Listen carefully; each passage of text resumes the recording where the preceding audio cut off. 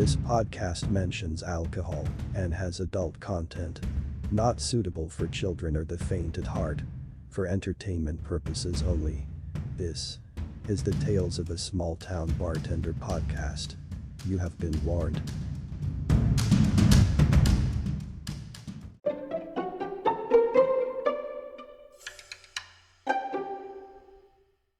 Hey everyone, this is Tony. This is Sean, and I'm going to start off just like we start off every episode. Ghost watch at Tony's. Anything happen at your place? No, just a Pretty stupid quiet? light, you know. Is it still giving you trouble? Once in a while, it did this morning again when I turned it on. A couple minutes later, it went off, and then I looked at it. I gave it a dirty look, and it came back on. No. But that's Tony's got a ghost, everybody. She's haunted. I don't know. I gotta have somebody come and look at this damn light. I guess I don't know. And we've established it's not a smart bulb. No. Yes, those things could be weird. No, it's not a smart bulb. It's just a regular. It's an LED light bulb. Regular LED light bulb. So weird things happen at your place with the regular LED light bulb. Yeah. Very strange. So that's why we do Ghost Watch off the top of every episode, just to see. Well, we've had some freaky stuff happen, but not recently. Not like slamming doors over the holidays or anything, though, right? No. Okay. All right. So not as weird, but still kind of weird. I haven't gotten to witness that yet. My husband did. I want to see that. Watch it'll happen tonight when we get off. So first off, I have to tell you, props to you. I'm going to give you props on the show here for keeping the podcast and our listeners in mind by capturing those stories from the bartender patrons in the last episode. Oh. That was awesome. Very well placed. Excellent stories. Love it. I love it. That was funny. I hope. Yeah, it was. It was very funny and very well done. They told a great story.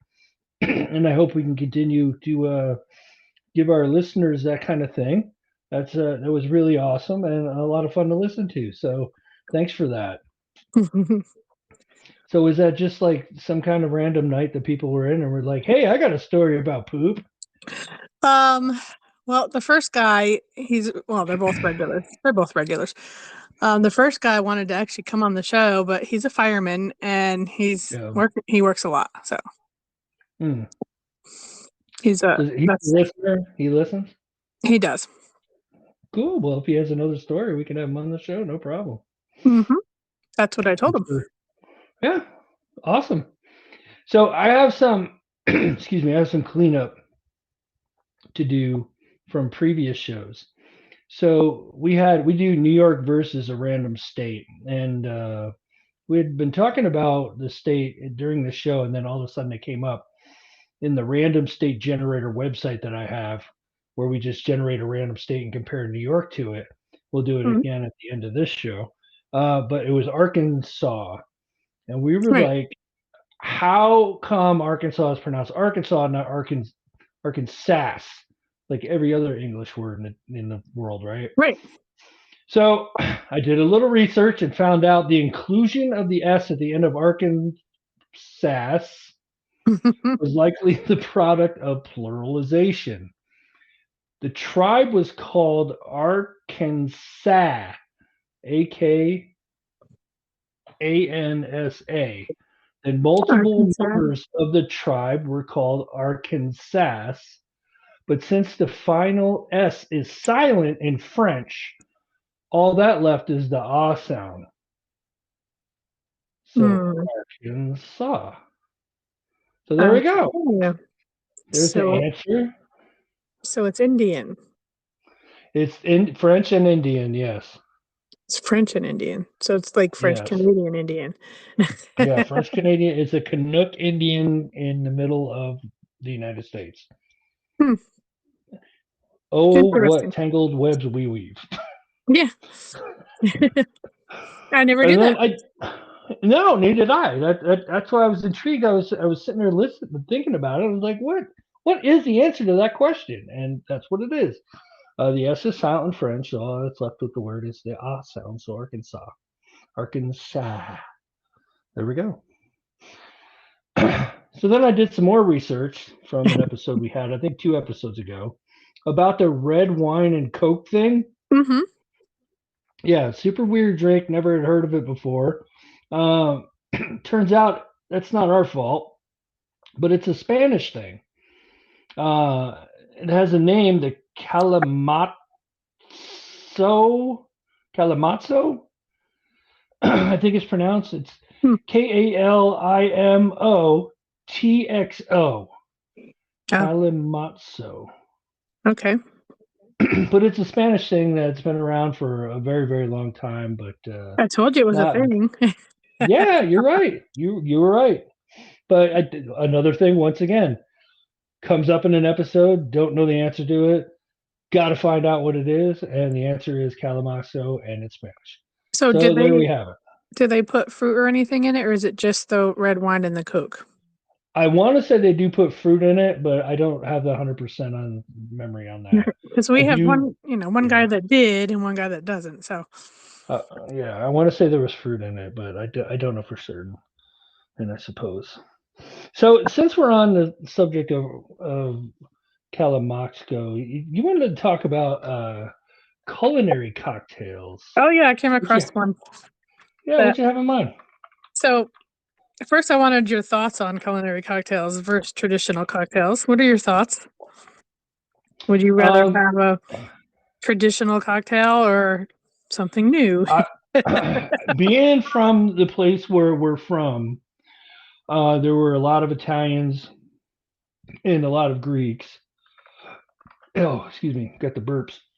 Having a voodoo ranger, everybody, and it's sneaking up on me. But being where we're from, there's a reason why I'm telling this.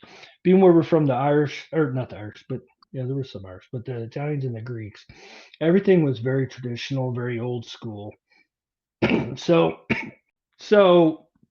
everything's very traditional from that standpoint.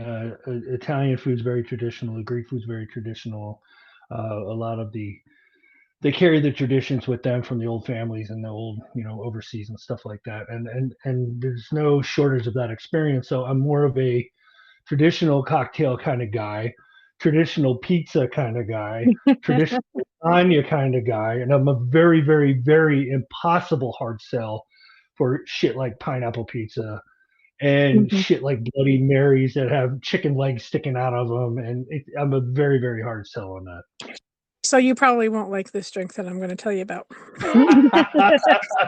Lay it on me anyway, because I'm not the listener here. Well, there's no food in it other than I'm losing my voice. They make a cordial out of red cabbage. So they kind of just soak it in water and to get the juice out, that type thing.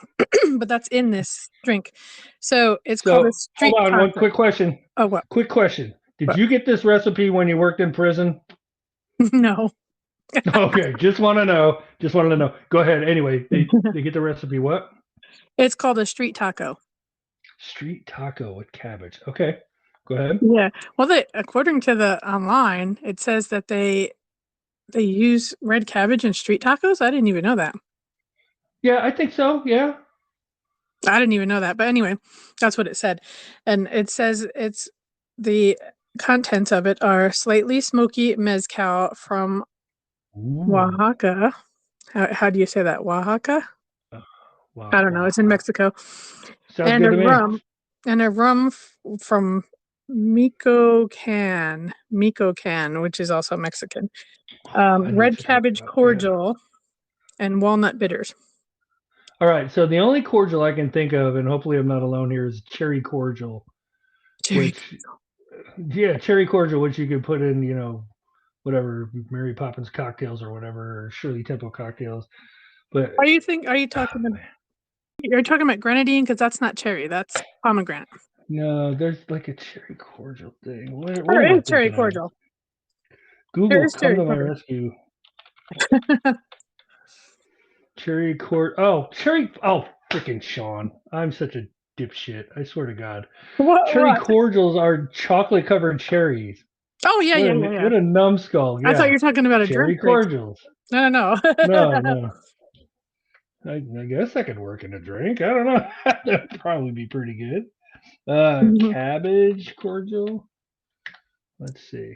Oh, there's So Times cabbage. yeah, a cordial is just like a fruit cordial is made by infusing fruits and botanicals in a sugar syrup to create concentrated syrups.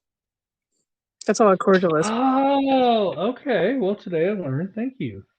Yeah. So they make We're a growing here. cabbage one.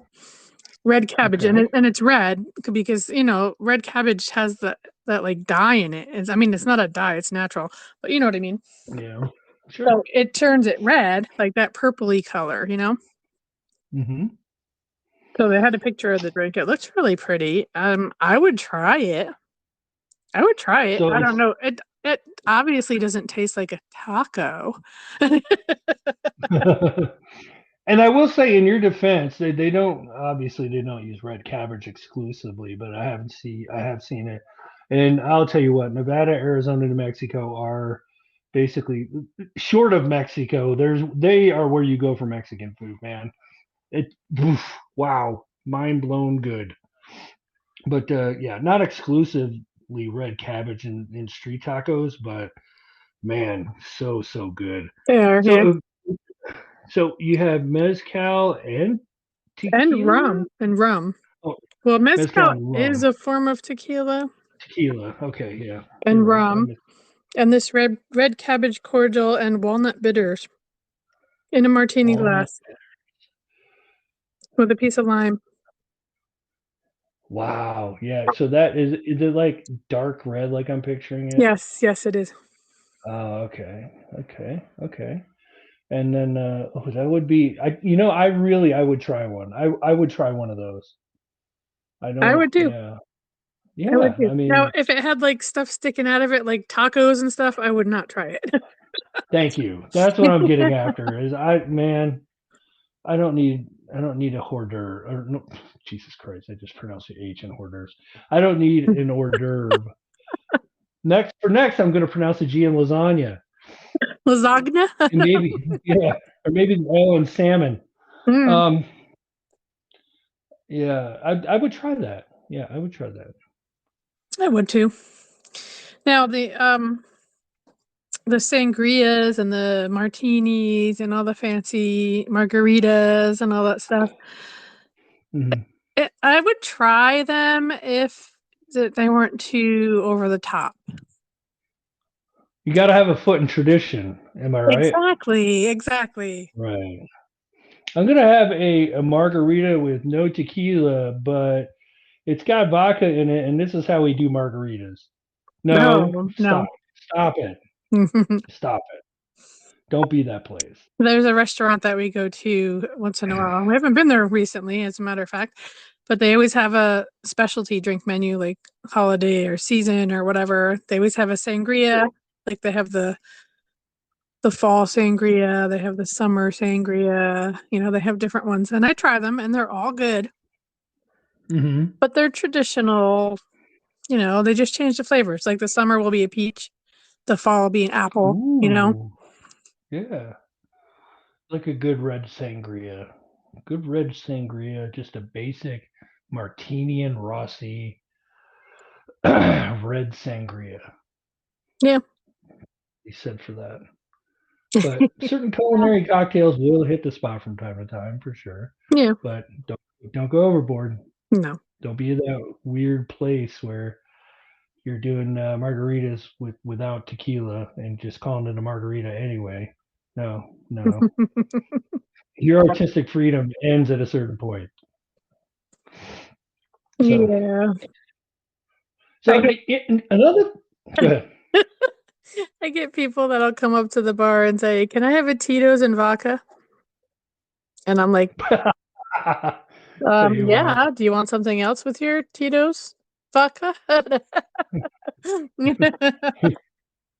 Want a mixer with that vodka? Yeah, right. So a few episodes ago, you and I were talking about. I said, "Did you ever get in trouble with the law while drinking?" Right. And your answer was no. No. Only with my parents. Yep. I want to hear that story. I think I told you that story, didn't I? Did you? I I'm sorry. think I did. It was when me and my friend were in the woods hanging out and we drank a bottle of Seagram 7. Oh. I'm pretty sure I told you that story. I think you may have mentioned it, but I didn't get much in the way of details. Yeah, I'll never drink that again, ever. Oh, that's one of those. Do you have any more of those alcohols that you won't touch? Southern Comfort. Oh, Southern's so nasty. Sorry, Southern drinkers. I just can't do it. It's like Oh, candy. I used to drink it. That was my drink. I used to drink that with Coke. Oh, Oh my God, I can't even imagine doing that now.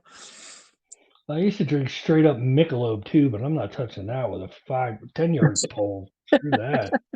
Jesus. But you drink IPAs. I don't like those either.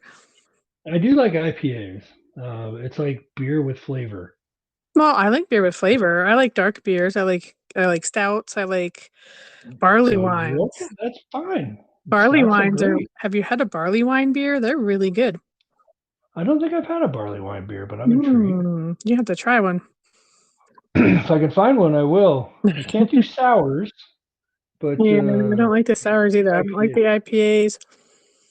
You know, can't touch the NASCAR beers. Can't touch them. Hate them. what's the NASCAR beers? Coors Light and Bud Light and Coors Light, Bud Light, Budweiser, Busch. I mean, just Busch. go down the list. Oh, so bad. They all taste exactly the same to me, and that taste is bad. Yeah, I drink it if I'm at a party and that's what they have. You know. I mean, yeah, it's free. What are you gonna do? You wanted to talk also about Irish Day. What the hell Irish is it Day. called? Happy St. Patrick's Day. St. Patrick's Day. That's it. St. Patrick's Day. Irish Day. Are you Irish? Just my name. Are you Irish, Sean? No, I know. just my name. Well, I'm pretty sure you're Irish. That's why I was like, why don't you remember that? I'm not Irish. You're not? No, I'm not. I'm French Canadian. Okay. And English. Okay. You know, if I'm Irish, it's like 2%. My husband was told his whole entire life that he was Irish and American Indian, and we did an ancestry DNA, and he is neither.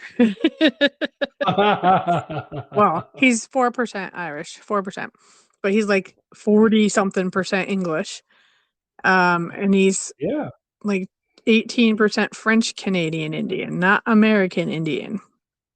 French Canadian Indian. French Canadian Indian. That's interesting. Mm-hmm. You never hear much about those Indians.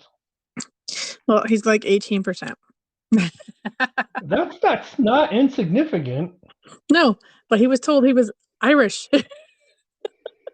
Jeez. He's mostly German, actually, in English. He was mostly English, and then the next one down was German, and then the French Canadian Indian.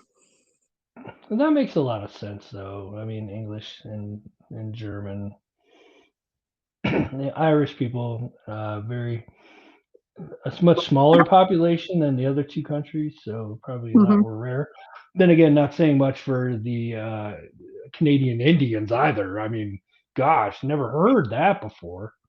Really haven't. That's really strange. I know a lot of people who are like, "Oh, I'm Cherokee and I'm Choctaw and I'm." Come on, stop it. You're not. Show me the Carfax report. Can you get a report on? I mean, it should come up in DNA, right? I mean, somehow. Yeah, I would think so. I don't know if you could get it specific to tribe, but you can definitely get American Indian. I mean, mine came back to the town in was it the town in Sicily? No, not the town in Sicily. I'm mostly Sicilian, and then I have Finland, and it went down to the town in Finland. Wow, interesting. So tell me what town. I was like, wow, that's crazy.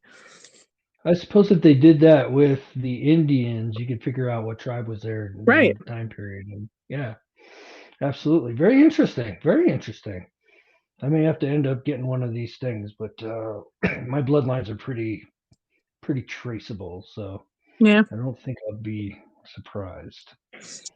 Who knows? Well, When I you'll was do it. very surprised because I didn't know my father. So I found out that I currently have probably 100 relatives in Finland right now. Oh my God. Yeah, currently. So here's a crazy story about that. I'm sitting at a concert, got really good seats. 5 minutes before the show starts, my wife gets a phone call, and it's her brother.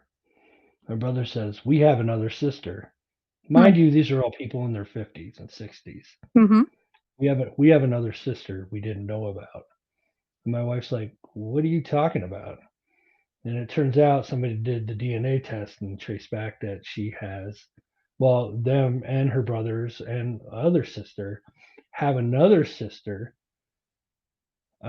Strange story that I really shouldn't go into online, but very, very strange story on how it all happened. But they had a half sister who was given up for adoption before any of the other ones were born. I have one of those Just too, but we're not going to talk about do you? that here. Okay. Very strange.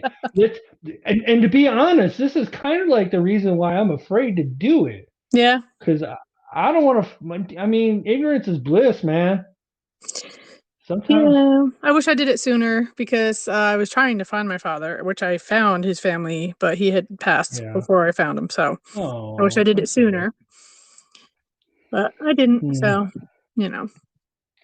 Yeah, it just I don't know, very torn feelings, and it's hard to predict what kind of Pandora's box you're going to open Hmm. once you start down that path, right? I know people I that's mean, happened to too. Yeah.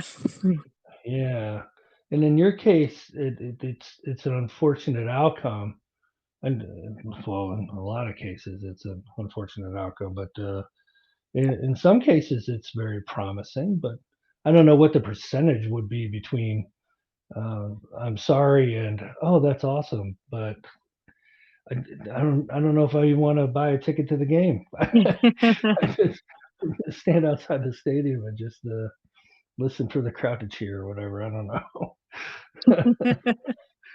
So anyway, So yeah, we were talking about St. so Patrick's Day. yeah. Oh, sorry. That Oh my all gosh, came we that did all get came kind from of St. lost. Patrick's Day. Yeah, that's right. So, do you Yeah, celebrate so St. Patrick's Day? I know you're not Irish, I but do not. yeah, I do not. I am There's not things Irish called either. work and then and priorities in my life that I must take care of. Well, it's on a Sunday this year. Oh, okay. So, I will not actively participate even if it's on a Sunday. so Let's just say that. do you know what I call St. Patrick's Day? I do not. Because I'm a bartender, I call it amateur night. Oh, rookie drinking night. Absolutely. Because all the 21-year-olds come in and they want an Irish car bomb. And those are Oh God. disgusting. Those are disgusting. I'm What's it? sorry. What's it? Is that the curdle drink? It does curdle. It curdles. Yeah. Nobody What's in knows that? that. It's Guinness and then Jameson and Bailey's. And it's the Bailey's that curdles it, right? Yeah. So disgusting. And they just down it so fast they don't know that it curdles. And I know because I wash the glasses afterwards. And the glasses are Gross. But gross. you can see it when it goes in. Oh gosh, it's so. It's It gross. turns into. Turns into a white sludge. I can't even. Yeah, it's so bad. Irish car bombs. Yeah, there's a few rookie drinking nights out there, and I think we talked about it a little bit, but uh, God damn it, St. Patrick's Day. Why do I want to keep call it Happy Irish Day? I don't know. St. Patrick's Day, the Super Bowl, the Wednesday night before Thanksgiving. Mm-hmm. Am I tracking that right? I didn't learn that was a thing until I went back to New York on vacation. Mm. My cousin lives down the street from a bar, and I just drove a bunch of hours, like more than 12, to get to his house. And I'm pulling in, and it's late at night, Wednesday night before Thanksgiving.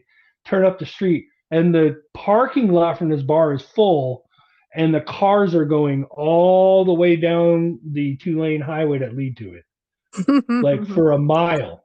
I'm like, what in the hell is going on? Oh, it's like it's like New Year's Eve. New Year's Eve for drinking. So Mm-hmm. so we got Super Bowl, we got the Wednesday before Thanksgiving, we have Happy Irish Day, and we have The Irish Day. New Year's The New Year's Eve, yeah. New Year's Eve.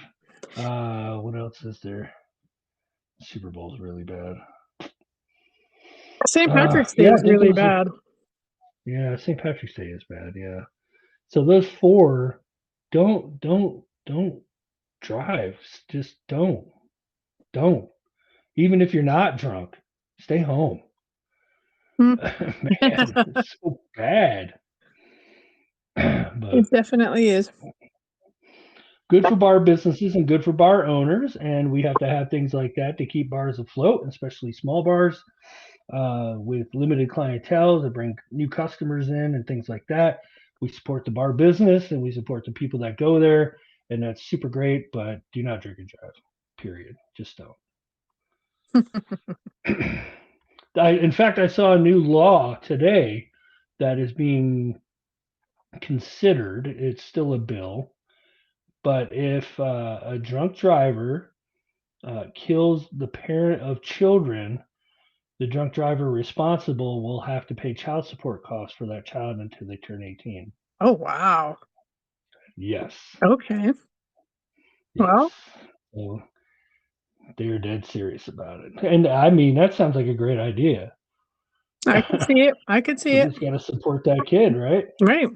Anyway, I didn't mean to get that dark. Anyway, I wanted to do a little segment. How deep are we in here? What's our timer? 32 minutes. Okay. We'll do one more thing and then we'll wrap up everything. And so I'm going on vacation and I bought a plane ticket, right? We've talked about plane tickets and how to book travel and stuff like that before, Pat. Mm-hmm.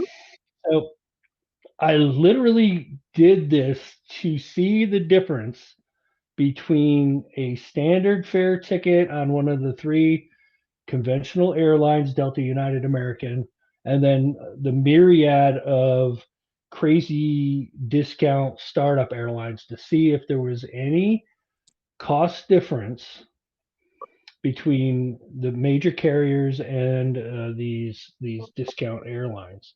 And I also was taken aback after looking at an itemized list of the fees and tack-ons that get bundled in most of the time without you even knowing they are there. So my base fare for excuse me, I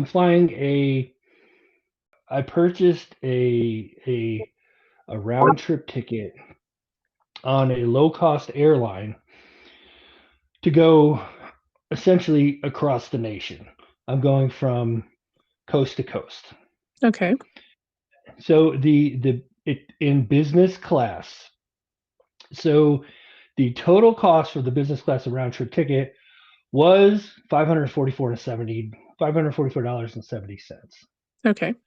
For a round trip ticket on a standard carrier was about $650 to $700, so a little bit more expensive. Mm-hmm. But this is what really killed me about it.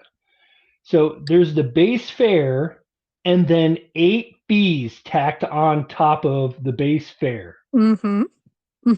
So these 8 fees make up, get a load of this shit. These 8 fees make up 49.82% of the ticket cost. Wow. Almost half of the cost is fees. Wow, that's a lot. So the base fare is $273. They have a fee called bundles, which I don't know what the hell that is, but it cost me $97. They have a reserve they have a reserve seat fee of $30, which they give you a reserve seat and don't tell you it costs extra. Right. So they give you the seat map and you're just like, hey, pick a seat. Okay, pick the seat, $30. Dicks. And then taxes and carrier fees. All right, so geez, this one just makes me one just makes me shake my head. The technology development charge carrier fee. Now, if I said I was going to take your pet away for life, if you can't tell me what that is, am I getting a free pet? Are you getting a free pet? I'm pretty sure I'm losing my pet. I have no idea what that costs. I have no idea what a technology development charge is. I have no idea. It's $94. That's $94. That's dumb. $20.50 for U.S. transportation tax. $11.20 for passenger civil security fee. Security. Okay. Passenger civil security fee. So they're not even calling it TSA anymore. They got like some cutesy name for it. Maybe it's something different. Maybe it is. I don't know. If their names were a little bit more transparent, I'd be able to tell you. But apparently, we have a technology development charge. Who did that? I'm fucking speechless.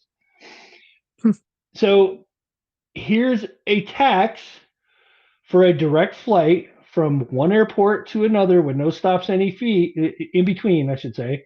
That's called the segment tax. A segment of what? Yeah, I don't know. A flight segment? I'm going direct. What is it? And then a passenger facility charge of $9.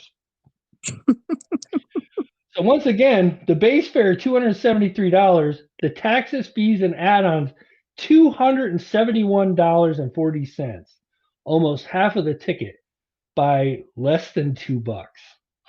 Absolutely insane and ridiculous. When I saw that, I'm like, I am going on the show. I know it's about bartenders, and we're the number 13 bartender or the bar story podcast in the world. But here we are talking about airplane tickets again because Sean got offended by some low-cost carriers trying to rip you off. So there's fees for everything, though. If you yes, notice. there is. So yeah, and that's kind of what I was going to lead to is even on the 3 domestic carriers, once again Delta, United, American, even on those, if you buy a ticket and then get the cost breakdown like I just did here, you'll see pretty much exactly the same thing with different names. But I mean, if you have less than 6 tack-on charges, I would be flabbergastedly blown away, shocked, and not able to walk. It's just the way, that's the way it is. So anyway. I booked the VRBO house for August in Wildwood. Verbo, nice. Yeah. Oh, nice. I love Wildwood. And there's fees on that too. You know, they have a Verbo does it too. $175 cleaning fee. Holy shit! Yeah, $250 owner's fee. I was like, what the hell is that? Yeah, there's a lot of fees on there. I don't know if you've ever rented one of them before. I have, but man, oh man, that's crazy. I think like a $50 cleaning fee. No, $125. How big is this house? It's a 3-bedroom. It's only 1 bathroom. 3-bedroom, 1 bathroom. Little beach house. It's small. Bigger than the one I got, but wow, that's crazy. It's 6 blocks away from the beach. I mean, that's not too bad. Okay. But everything was booked already. Wow. I know. So they can pretty much charge whatever they want, right? Yeah, pretty much. They just roll it into the fees and they're just like, pay it or don't. Bye. Yeah. Jerk. All the close ones were booked already. I was so mad. And then there was one that wanted all the money up front. And there's 7 of us going, so I needed to get everybody's money. So I told everybody, you know, I'll put it in and then you guys can give me the money. And then before I went back to book it, it was booked by somebody else. I was so mad. No way. That one was only a block from the beach. Wow. But yeah. Oh, well. That does happen, unfortunately. Yeah, so this one I just booked it and I said, all right, I booked it. You guys are just gonna have to pay me.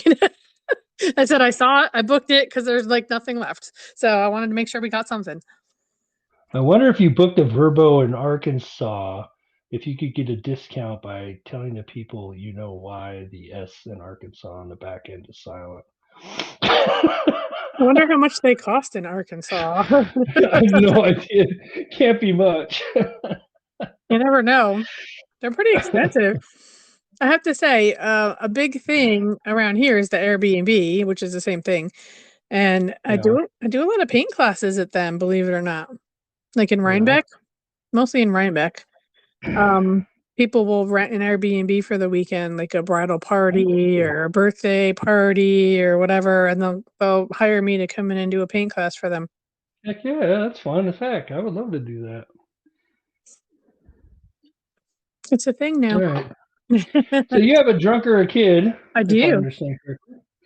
All right, lay it on me. We've been battling with these last few weeks. This one should have been on last week's episode. Oh gosh darn it! So we're an episode late. So she's going to tell me a story, and I have to determine whether or not this person who's telling the story was drunk or a kid. You ready? Table set. Yep. Okay. Get the meal out. Flooded the toilet at Chuck E. Cheese after going number 2. All right.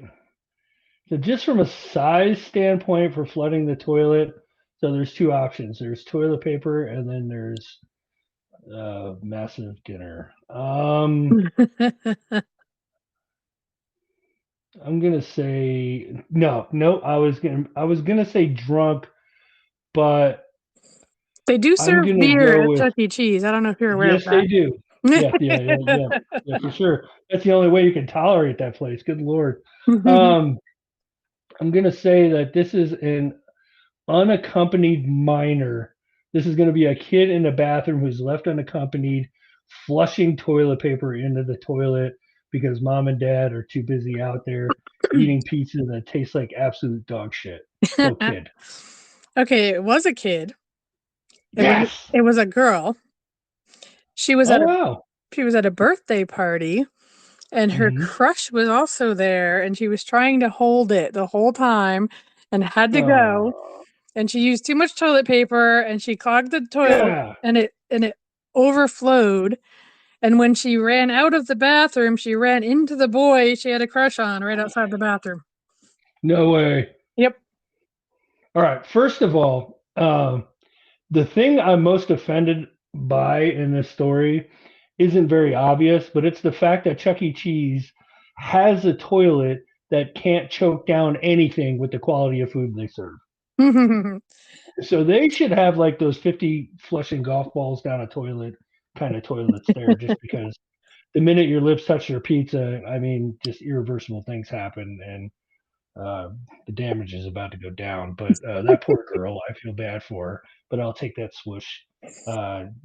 Kid with extra toilet paper, 10 out of 10. Rock star. All right, let's play New York versus a state. And what we're going to do is we're going to pick a state on the random state generator website that I have. And Tony has the list out, and she's going to tell me if we've had this state before. So bear with us, because we're getting up there. We're in the 20s of the episodes here. Yep, 25. Which means we're halfway through the state. So pretty soon we're going to have to we're just going to have to list out the states that we haven't done and just go from the top down.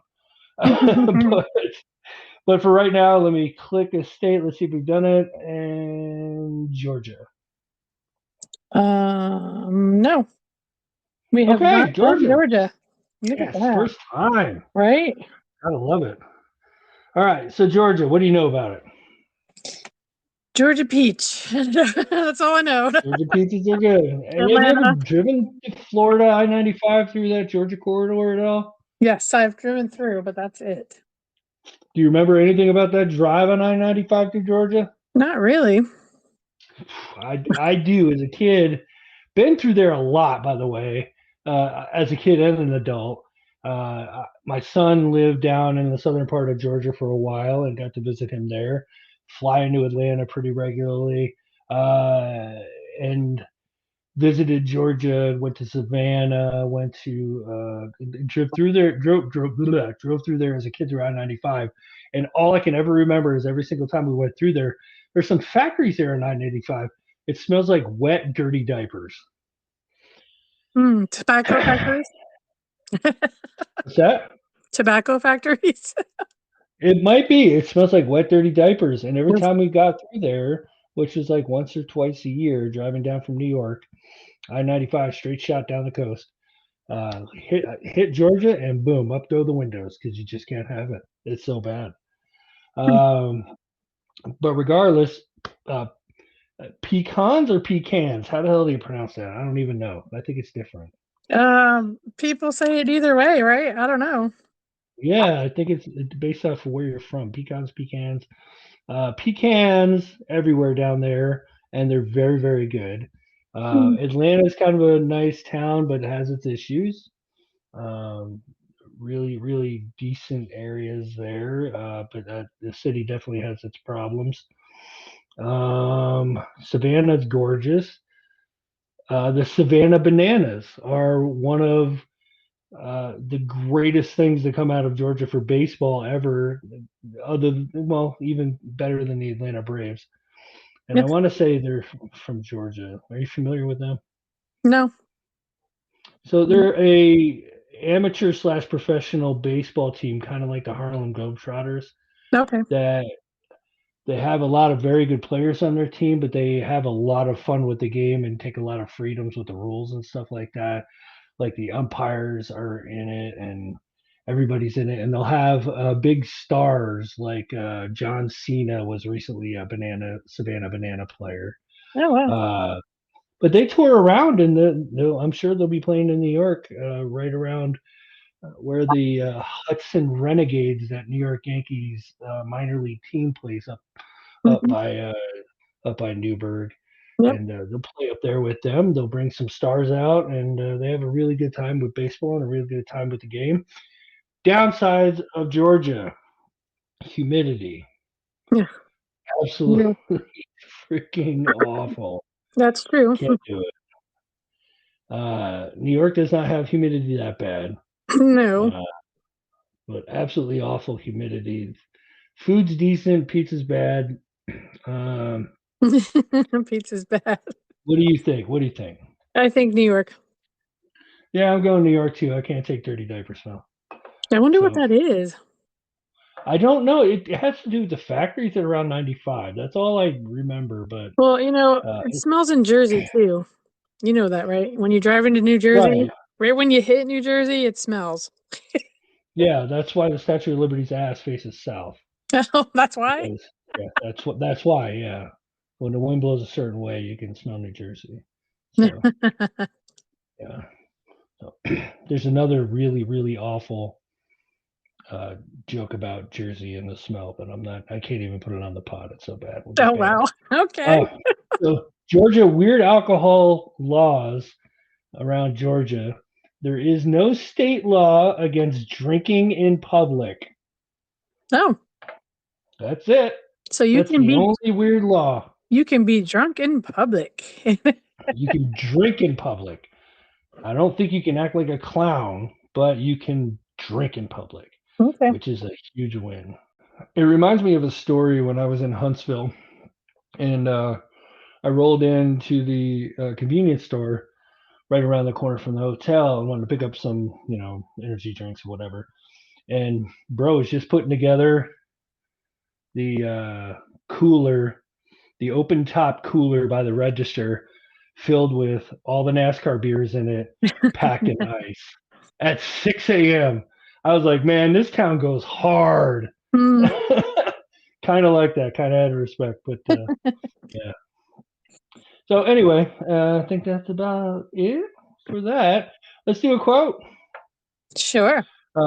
F. Scott Fitzgerald.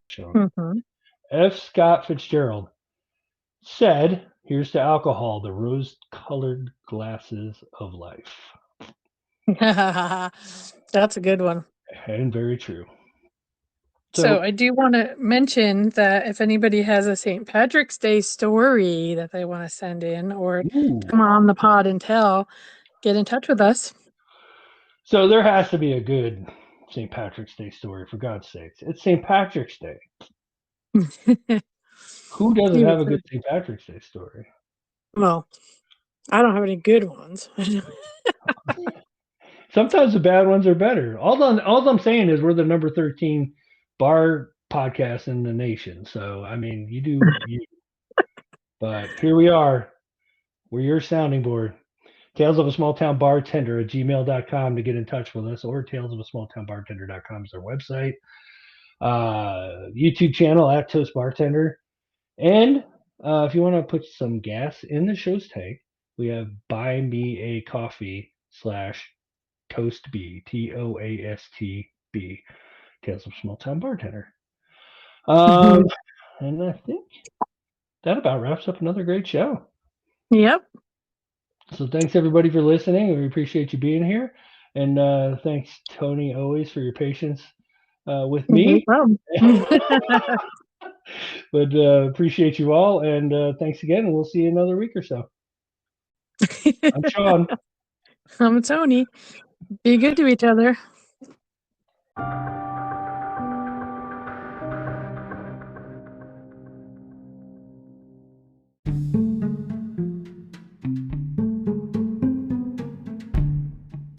You can email us at talesofasmalltownbartender@gmail.com.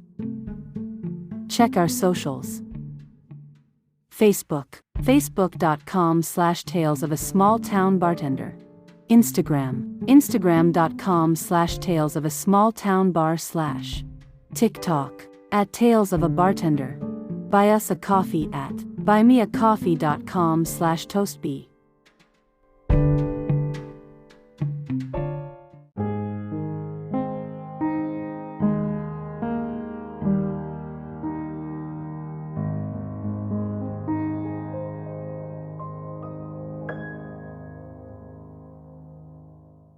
Start a 4-day vacation tonight, so I'm having a few. Oh, nice. Yeah. Now you get to walk with me in the garage and get a beer.